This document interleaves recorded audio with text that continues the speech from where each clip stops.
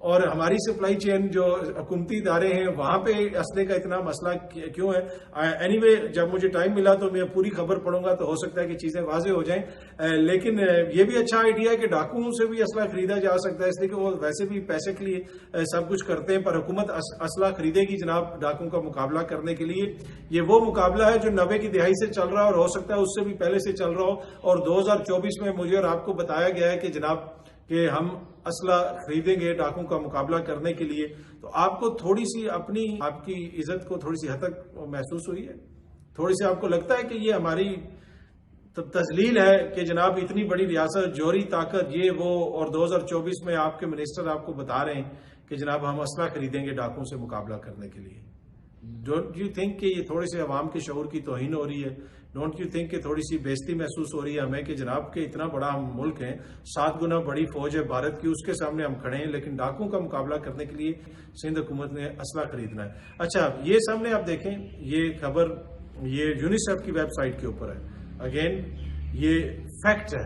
جو ڈیفیمیشن ہوتی ہے نا، اس کی ویسے ایک کوالیفائڈ پریولیج ہوتی ہے، ایک ایبسلوٹ پریولیج ہوتی ہے. یہ ہم نے یونیورسٹی میں بھی پڑھا تھا ڈیفیمیشن لا. آپ جو اسٹیٹمنٹ آف فیکٹ ہوتی ہے نا، اس کے اوپر آپ کے اوپر کوئی ڈیفیمیشن نہیں ہو سکتی. اگر قومی اسمبلی کے اندر یا عدالت کے اندر کھڑے ہو کے کسی نے کوئی ریمارکس دیے ہیں تو وہ آپ اس کو کنٹمپریری رپورٹنگ کر سکتے ہیں، آپ اس کو رپورٹ کر سکتے ہیں کہ جناب انہوں نے ان کو یہ کہا، انہوں نے ان کو یہ کہا، انہوں نے اسمبلی میں کھڑے ہو کے کہا کہ 3 دفعہ کا وزیر اعظم جو ہے آج تندوروں پہ پھر رہا ہے. تو یہ ان کی اسٹیٹمنٹ ہے جو اسمبلی میں دی ایک معزز رکن نے، تو وہ آپ رپورٹ کر سکتے ہیں. یہ میں مثال آپ کو دے رہا ہوں، ٹھیک ہے. اچھا، اب اس کے اندر جو یونیسیف رپورٹ کر رہا ہے، یہ سامنے آپ ان کی ویب سائٹ کے اوپر دیکھ لیں کہ پاکستان میں نیوٹریشن کا، جناب بچوں میں خوراک کا اتنا زیادہ مسئلہ ہے کہ تقریباً 1 کروڑ کے قریب یا اس سے زیادہ بچے ایسے ہیں جن کی مناسب گروتھ نہیں ہو سکتی،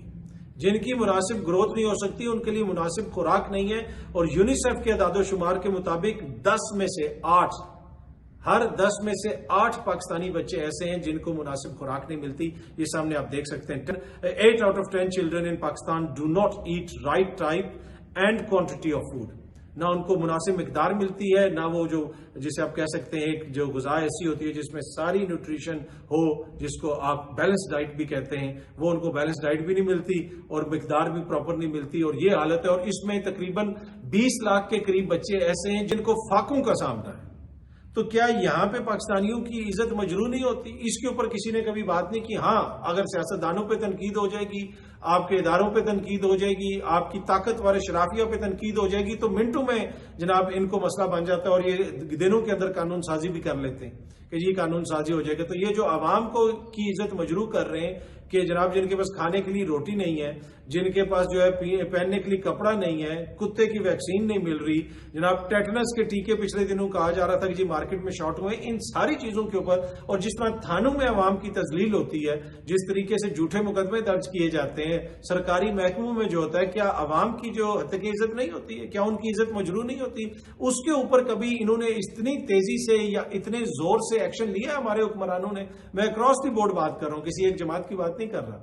جب عوام کی عزت اس ریاست کو، اس حکومت کو، ان حکمرانوں کو عزیز ہوگی تو یقین کیجئے کہ کسی کی بھی عزت اس طرح نہیں اچھالی جائے گی، نہ ہی آپ کو اس طرح کے قوانین بنانے کی ضرورت محسوس ہوگی. عوام کو عزت دیں تو عوام آپ کا مقدمہ خود لڑے گی. باقی یہ اس طرح کے جو قوانین ہیں یہ آزادی رائے کے اوپر قدغن کے مترادف ہوتے ہیں، آزادی رائے کو روکنے کے مترادف ہوتے ہیں، آزادی رائے کو دبانے کی کوشش ہوتے ہیں. اور یہ میں نہیں کہہ رہا، یہ آپ جا کے کسی بھی ہیومن رائٹس آرگنائزیشن کی ویب سائٹ اٹھا لیں، اس طرح کے قوانین کے اوپر جو رد عمل آتا ہے وہ آپ کے سامنے ہے. اچھا جی، عدلیہ میں آنے والے دنوں میں کچھ چینجز آ سکتی ہیں. میڈیا بھی اس کو رپورٹ کر رہا تھا. سینئر کورٹ رپورٹر جو ہے حسنات ملک صاحب، انہوں نے بھی اس کو رپورٹ کیا ہے کہ قاضی فائز عیسیٰ صاحب نے پرپوز کیا ہے کہ لاہور ہائی کورٹ کے چیف جسٹس جو ملک شہزاد احمد خان ہیں، جسٹس شجاعت علی خان صاحب ہیں، جسٹس علی باقر نجوی صاحب ہیں، اور justice Shahid Bilal and justice Abid Aziz Sheikh صاحب ہیں، وہ سپریم کورٹ کی جو 2 ججز کی پوسٹ ہیں ان پہ ان کے نام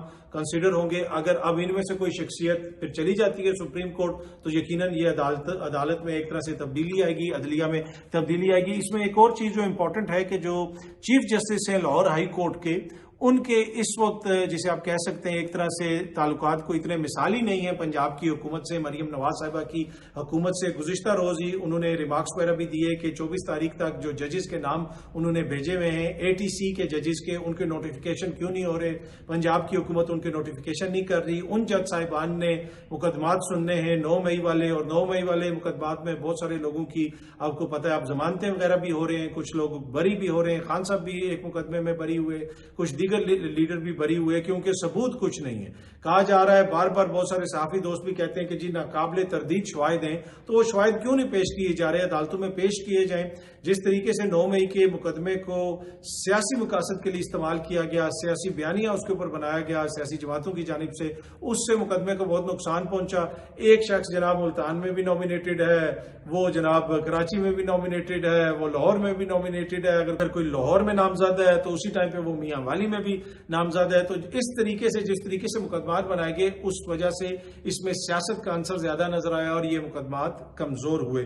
پر اینی وے یہ جو اب 5 جج صاحبان کے انہوں نے نام دیے ہوئے لاہور ہائی کورٹ کے چیف جسٹس نے, تو وہ ایک مسئلہ بنا ہوا ہے اس وقت. اگر اب وہ ان کا نام پرپوز کیا ہے قاضی فائز عیسیٰ صاحب نے ان خالی پوسٹوں کے لیے جو اس وقت سپریم کورٹ کے اندر خالی پوسٹیں, غالباً وہ 3 خالی پوسٹیں ہیں, تو اب ان کا نام پرپوز کیا ہوا چیف جسٹس صاحب نے کر دیا ہے سپریم کورٹ میں ایلیویشن کے لیے.